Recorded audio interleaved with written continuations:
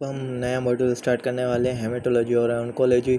ठीक है, इस मॉड्यूल में भी सबसे पहले हम एम्ब्रियोलॉजी पढ़ते हैं। एम्ब्रियोलॉजी में जो है पहला टॉपिक है फीटल एरिथ्रोपोइसिस। फीटल एरिथ्रोपोइसिस मतलब कि फीटस के अंदर जो भी एरिथ्रोसाइट वगैरह की प्रोडक्शन है वो कैसे होती है। एरिथ्रोपोइसिस मतलब एरिथ्रोसाइट्स या मैच्योर आरबीसीज का बनना, और हेमेटोपोइसिस मतलब डिफरेंट जो भी हमारे सेल्स हैं ना, उस सबको जो मिला के क्या कहेंगे, हेमेटोपोइसिस। हेमेटोपोइसिस मतलब पूरा ओवरऑल ब्लड का बनना।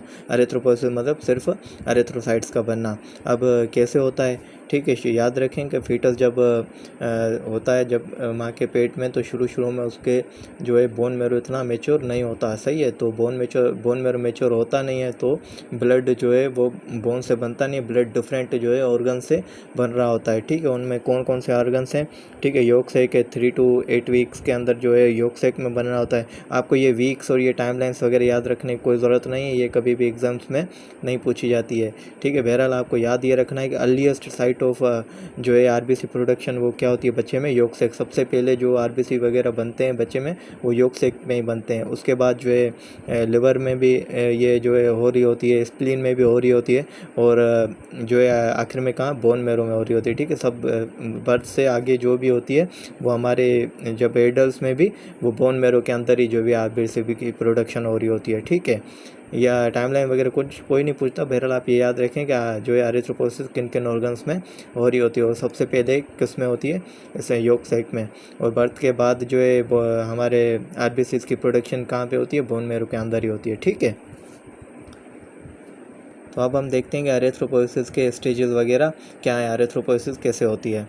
देखें, सबसे पहले होता है मल्टीपोटेंट हेमेटोपोइटिक स्टेम सेल। ठीक है, ये स्टेम सेल होता है, इसे मल्टीपोटेंट हेमेटोपोइटिक स्टेम सेल क्यों कह रहे हैं, क्योंकि ये मल्टीपल इसमें पोटेंशियल होती है कि मल्टीपल जो है मैच्योर सेल्स में कन्वर्ट हो सके। फॉर एग्जांपल जो है mature lymphocyte, mature eosinophil, mature erythrocyte, किसी में भी ये जो है कन्वर्ट हो सकता है, इसलिए इसका नाम क्या दिया गया है, मल्टीपोटेंट हेमेटोपोइटिक स्टेम सेल। ठीक है, सबसे पहले तो ये होता है, और ये CD34 पॉजिटिव होता है। ठीक है, सेल सरफेस मार्कर्स होते हैं डिफरेंट किस्म के, तो ये जो है CD34 जो है पॉजिटिव होता है। ठीक है, सरफेस मार्कर इसमें।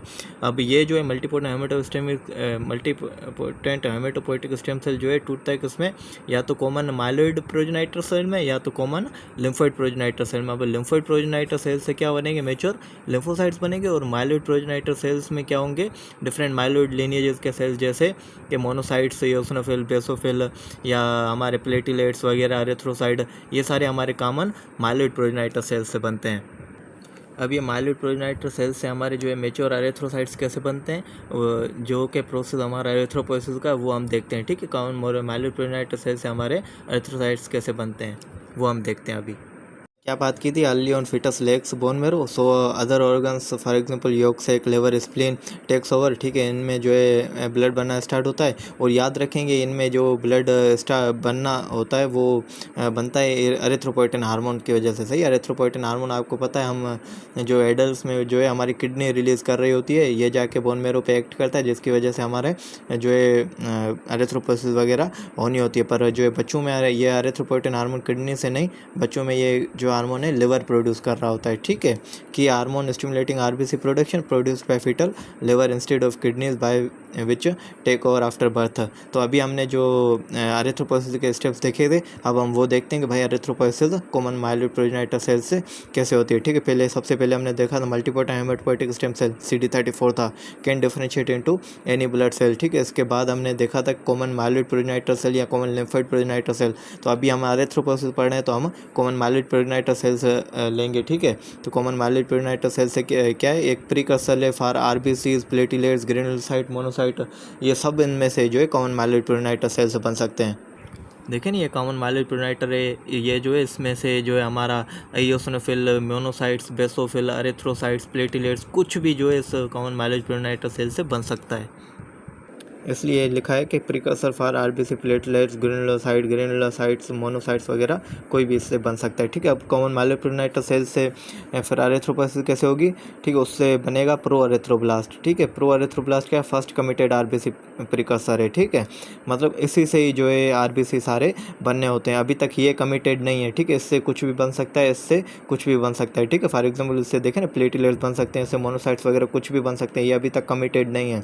प्रो एरिथ्रोब्लास्ट होता है जो जो फर्स्ट कमिटेड सेल होता है आरबीसी बनाने के लिए, ठीक है। फिर प्रो एरिथ्रोब्लास्ट से एरिथ्रोब्लास्ट बनते हैं, ठीक है। एरिथ्रोब्लास्ट भी अर्ली होते हैं, लेट होते हैं, डिफरेंट किस्म के स्टेप्स हैं। बहरहाल हमने यहाँ पे डायरेक्ट प्रो एरिथ्रोब्लास्ट से एरिथ्रोब्लास्ट रखता है। एरिथ्रोब्लास्ट क्या है, इमेच्योर आरबीसी है, पर इसमें जो है क्या है, अभी तक न्यूक्लियस प्रेजेंट है, ठीक है, इसलिए इसे ब्लास्ट कहता है। ब्लास्ट मतलब कोई भी चीज़ अगर ब्लास्ट है मतलब वो इमेच्योर सेल है, ठीक है। एरिथ्रोब्लास्ट से नॉर्मोब्लास्ट है बनता है, ठीक है। नॉर्मोब्लास्ट भी इसी की तरह इमेच्योर है, अभी तक इसके अंदर न्यूक्लियस प्रेजेंट है। हमें पता है कि मेच्योर हमारा आरबीसी होता है उसके अंदर कोई भी न्यूक्लियस वगैरह नहीं होता है, ठीक है। पर जैसे ये स्टेप्स बन रहे होते हैं इसके अंदर अभी तक न्यूक्लियस प्रेजेंट है, ठीक है। एरिथ्रोब्लास्ट बनता है, एरिथ्रोब्लास्ट से नॉर्मोब्लास्ट, फिर नॉर्मोब्लास्ट से आगे बन के हमारे क्या बनता है, रेटिकुलोसाइट बनता है, ठीक है।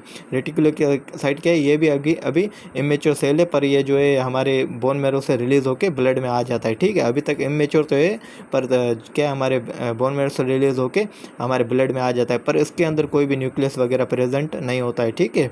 तो हमारा जो फर्स्ट जो आरबीसी प्रिकसर है जो हमारे बोन मैरो से निकल के ब्लड में आता है वो कौन होता है, रेटिकुलोसाइट, ठीक है। ये अभी मेच्योर होता है, 1-2 दिन में इससे ये मेच्योर होके हमारा जो है पूरा मेच्योर आरबीसी बना देता है, ठीक है। तो क्या young immature RBC that has been released from bone marrow, ठीक है। Reticulocyte does not have nucleus, याद रखें इसके अंदर न्यूक्लियस नहीं होता है, पर इसमें थोड़ा बहुत जो है न्यूक्लियर रिमेनेंट होते हैं, ठीक है। डीएनए आरएनए वगैरह के रिमेनेंट होते हैं, ठीक है। Unlike normoblast and erythroblast, unlike normoblast erythroblast इसके अंदर न्यूक्लियस नहीं होता है, but still contents remnant of RNA के रेमिनेंट इसके अंदर प्रेजेंट होते हैं। देखिए ये हमारे रेटिकुलोसाइट हैं, ये आरएनए के रेमिनेंट इसमें प्रेजेंट है। आरएनए आपको पता है जो है बेसोफिलिक होता है, ठीक है। तो ये इसमें देखें आरएनए के रेमिनेंट प्रेजेंट हैं, ठीक है। तो ऐसे आपको स्ट्रक्चर्स देखें कभी भी जो ब्लड स्मेयर में, ठीक है, क्वेश्चंस कर रहे हो और आपको ऐसे कुछ स्ट्रक्चर्स देखें, आप समझ जाएं ये क्या है, रेटिकुलोसाइट दिखाए हुए हैं आपको, और ये जो है क्या है, इसमें आरएनए रेमिनेंट दिखाए हुए हैं, ठीक है।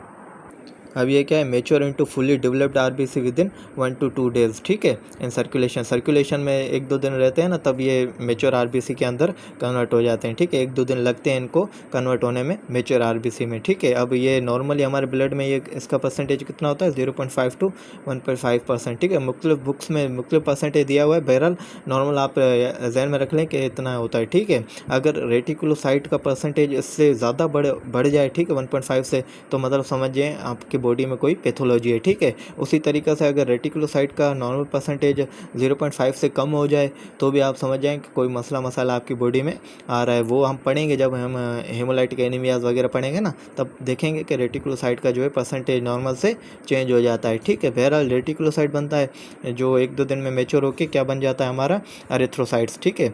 एरिथ्रोसाइट्स या जिसे हम मेच्योर आरबीसी कहें, ये क्या है, फुली मेच्योर है, इसके अंदर कोई भी न्यूक्लियस वगैरह नहीं होता, कोई भी आरएनए रेमिनेंट वगैरह नहीं होता, ये बाइकॉनकेव होता है, ठीक है, डिस्क शेप्ड होता है ये हमारा आरबीसीज।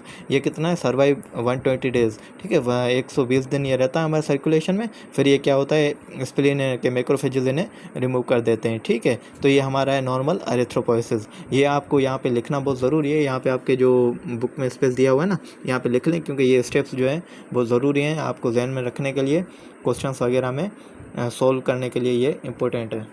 एक और पॉइंट जो है आप एरिथ्रोपोइसिस के हवाले से ध्यान में रख लें कि हमारे कुछ डिजीज़ होती है ना बॉडी में, फॉर एग्जाम्पल थैलेसीमिया हो गई या सीवियर एनीमिया वगैरह जो हम पढ़ेंगे, ठीक है।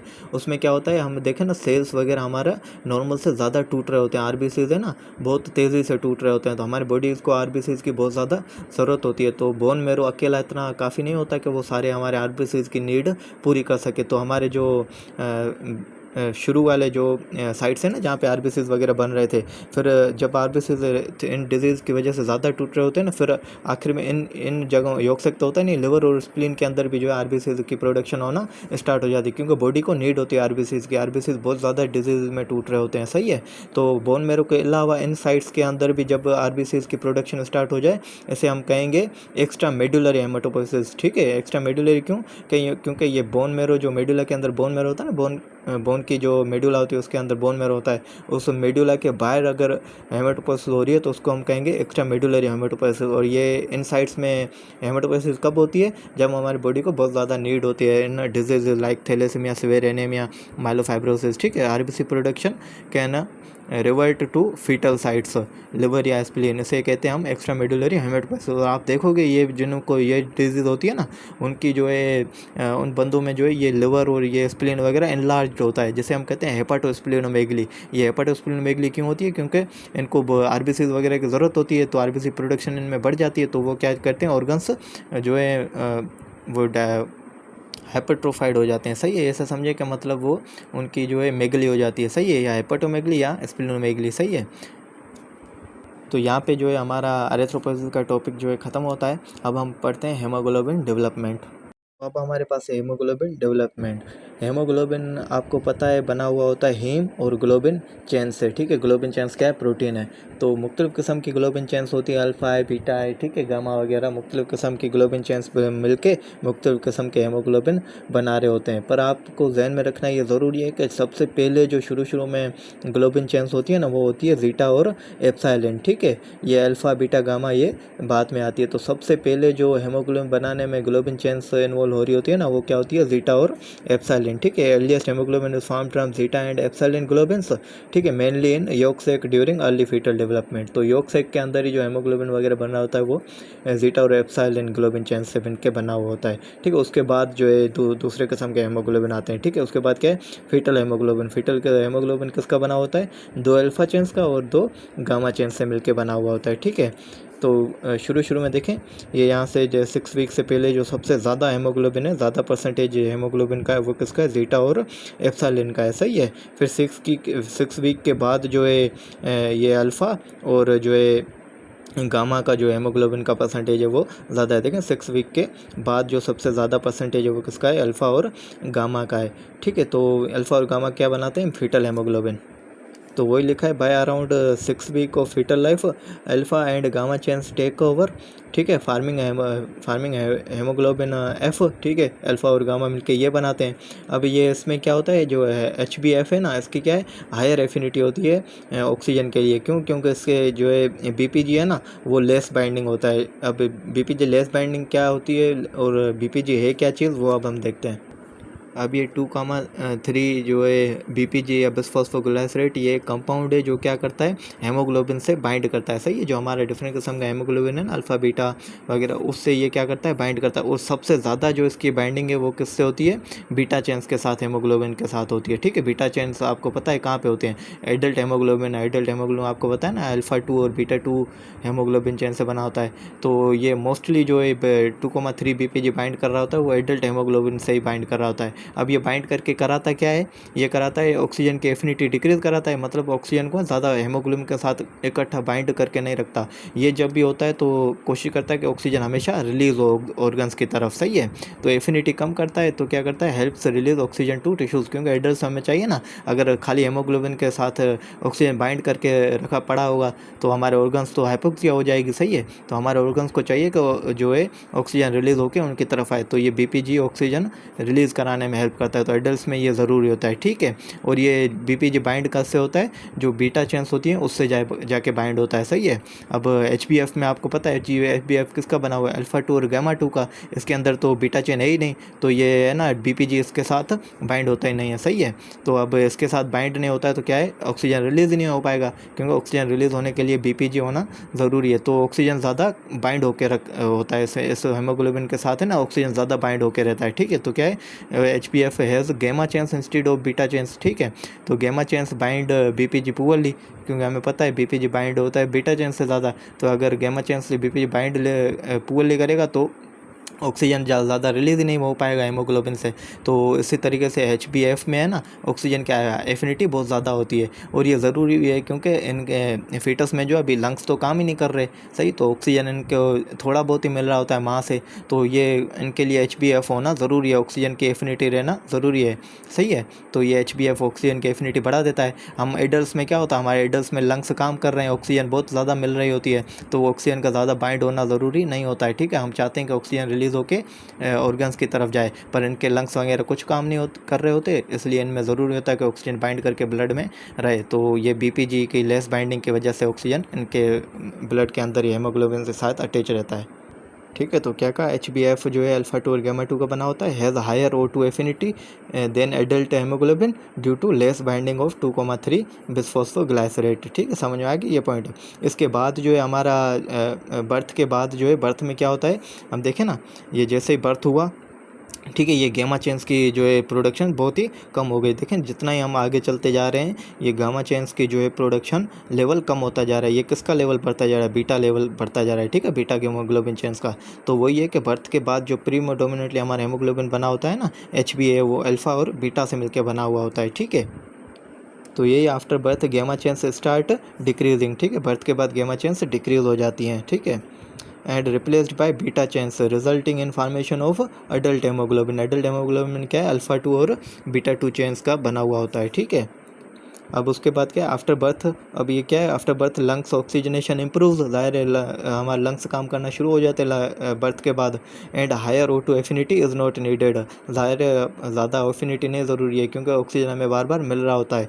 And switches to HbA ensures better O2 unloading to tissues. HbA क्या कोशिश करता है कि जितना हमारे ऑक्सीजन आता जा रहा है लंग्स से, वो होता हुआ डिफरेंट ऑर्गन्स तक पहुँचे। तो वो किसकी वजह से होता है, 2,3 BPG की बाइंडिंग की वजह से, जो इजीली एडल्ट हेमोग्लोबिन से बाइंड कर जाता है। ठीक है, उसके बाद जो है हमारा ये मेजोरिटी सारी लाइफ में हमारा एडल्ट हेमोग्लोबिन रहता है, अल्फा 2 और बीटा 2 ही रहता है। ठीक है, ग्लोबिन चेन से मिलकर ही हमारा हेमोग्लोबिन बन रहा होता है। थोड़ा बहुत परसेंटेज होता है हमारा HbA2 का भी। सही है, HbA2 किससे बनता है, अल्फा 2 और डेल्टा 2 चेन से मिलकर बना होता है। ठीक है, इसका परसेंटेज बहुत ही लो होता है। ठीक है, is a minor form present in small amounts. ठीक है, इसका अमाउंट बहुत कम होता है, पर होता ज़रूर है। ठीक है, एडल्ट्स में। तो आपको समझ गए, बच्चों में शुरू में तो एप्सिलॉन और ये जीटा चेन्स का बना होता है, उसके बाद HbF होता है। ठीक है, बाकी बर्थ के बाद हमारा जो होता है एडल्ट हेमोग्लोबिन, जैसे HbA कहते हैं, और थोड़ा बहुत HbA2 हमारी बॉडी में रहता है। तो अब इसमें हम पढ़ते हैं। ठीक है, embryonic zeta and epsilon, fetal hemoglobin क्या होता है, अल्फा 2 और गामा 2 का मिलकर बना होता है चेन्स का, और एडल्ट हेमोग्लोबिन अल्फा 2 और बीटा 2 का। और यहाँ पे कहा गया hemoglobin F has higher affinity for O2 due to less avid binding of 2,3 BPG। अभी हमने पढ़ा, अगर ये कम बाइंडिंग होगा तो क्या होगा, allowing HbF to एक्सट्रेट O2 from maternal haemoglobin. ठीक है, वो ज़्यादा मैटरनल हेमोग्लोबिन से ज़्यादा ऑक्सीजन लेके खुद की तरफ रखता है। सही है, क्योंकि BPG2 से बाइंड ही नहीं है अक्रॉस प्लेसेंटा। और उसके बाद क्या है, HbA2, अल्फा 2 और delta 2 is a form of adult haemoglobin present in small amounts. ठीक है, तो ये थी हमारी हेमोग्लोबिन डेवलपमेंट।